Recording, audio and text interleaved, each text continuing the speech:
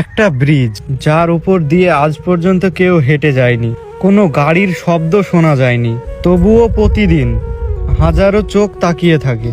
আজ কি খুলবে বকশীপুরের এই ব্রিজ? এটা কি শুধু ভাঙা রাস্তা? না, এটা ভাঙা যোগাযোগ, ভাঙা স্বপ্ন, ভাঙা আশা। এই ব্রিজ বন্ধ মানে একজন ছাত্রের স্কুল ছুটে যাওয়া, একজন কৃষকের ফসল পৌঁছতে না পারা, একজন রোগীর হাসপাতালে পৌঁছানোর আগেই হারিয়ে যাওয়া। আমরা কি শুধু অপেক্ষা করতেই জন্মিয়েছি? বছরের পর বছর প্রশ্ন করি, বকশীপুর ব্রিজ কি আর কখনো চালু হবে না? প্রতিশ্রুতি দেওয়া হয়, তারিখ বদলায়, কিন্তু মানুষের কষ্ট বদলায় না।